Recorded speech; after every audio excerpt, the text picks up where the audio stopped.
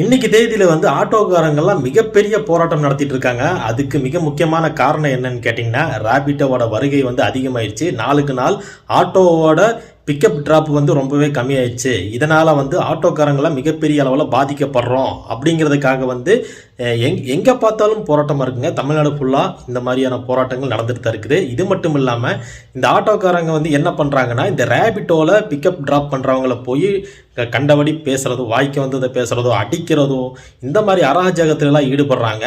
இதெல்லாம் பண்ணுறதுக்கு முன்னாடி நீங்கள் ஒரு விஷயம் யோசிச்சு பார்த்துருக்கணும் ஆட்டோக்காரங்களே. நீங்கள் என்ன பண்ணுறீங்க, ஒரு 10 கிலோமீட்டர் ட்ராவலுக்கு 300 400 சார்ஜஸ் பண்ணுறீங்க.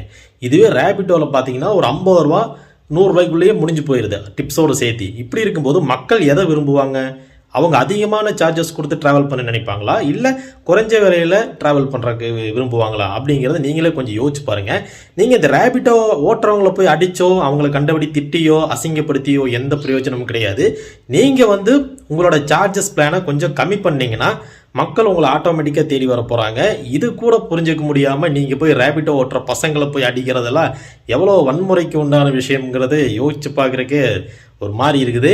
ஏன்னா அந்த அளவுக்கு நீங்கள் ரொம்ப கீழ்த்தரமாக நடந்துக்கிறீங்க. அந்த அளவுக்கு ரேபிட்டோ ஓட்டுறவங்களாம் ரொம்ப மனவேதனையோட சொல்கிறாங்க. அதனால் நீங்கள் என்ன பண்ணுறீங்கன்னா, மக்கள்கிட்ட இருந்து மிகப்பெரிய தொகையை வசூல் பண்ணாமல் உங்களுக்கு மீட்டருக்கு எவ்வளோ கிடைக்குமோ அதுக்கு மேலே கொஞ்சம் லாபம் வச்சு நீங்கள் ஓட்டுனீங்கன்னா மக்கள் ஆட்டோமேட்டிக்காக உங்களை தேடி வருவாங்க.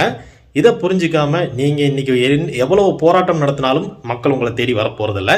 அதனால் நீங்கள் உங்களோட சார்ஜஸ் பிளானை கொஞ்சம் மாற்றுங்க. எக்ஸ்ட்ரா அமௌண்ட் வசூல் பண்ணாதீங்க.